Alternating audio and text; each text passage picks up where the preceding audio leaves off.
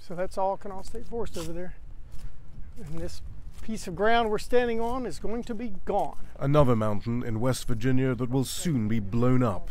Just a few hundred meters from the Kanawha State Forest in the Appalachian Mountains, the barren depressions created by mining companies searching for coal. What we're seeing here is going to be taken down to near that level. But in recent months, several banks have announced they will no longer lend money for the detonation of mountaintops. Paul Corbett Brown appears to have scared them off. He's documented the devastation of an extraction method that appealed to mining companies for its cost-effectiveness. Why send thousands of workers underground when explosives can do the job with a dozen? I never get numb to seeing this.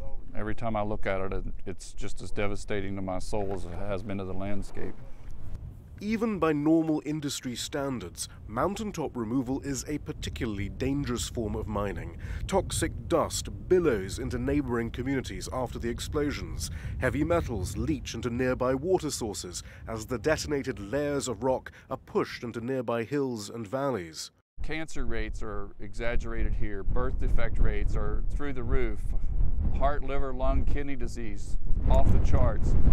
I mean, the life expectancy for people that live in Appalachia is one of the lowest in the entire United States of any demographic, and it's all a result of this. It's information that Corbett Brown took to the shareholders' meetings of several banks after environmental groups managed to get him proxy attendance rights from sympathetic shareholders. Time after time was just simply that no corporation, no government, no individual has the right to profit at the suffering or loss of another human life. Yeah, but they do that all the time. But they need to be called for it, and I believe... It's an argument that doesn't seem to work usually. But it usually doesn't work, but what does work is when I go to their shareholder meeting and I take a stack of 28 now peer-reviewed scientific studies and say, here's the science of how we have been injured and continue being injured and how we're dying. Now, always, the history has shown that the science shows up first and then the lawyers are right behind it. What's going to happen when the attorneys come? They're looking for deep pockets. The deep pockets are not the mining companies. The deep pockets are you.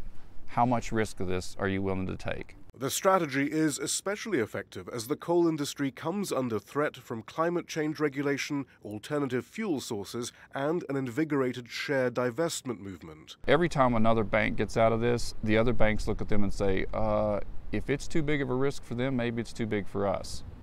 Going after the banks that fund mining instead of the mining companies themselves was a novel strategy, but it's making real progress in the struggle to protect the mountains and the people of West Virginia. Shihab, Rattansi, Al Jazeera, West Virginia.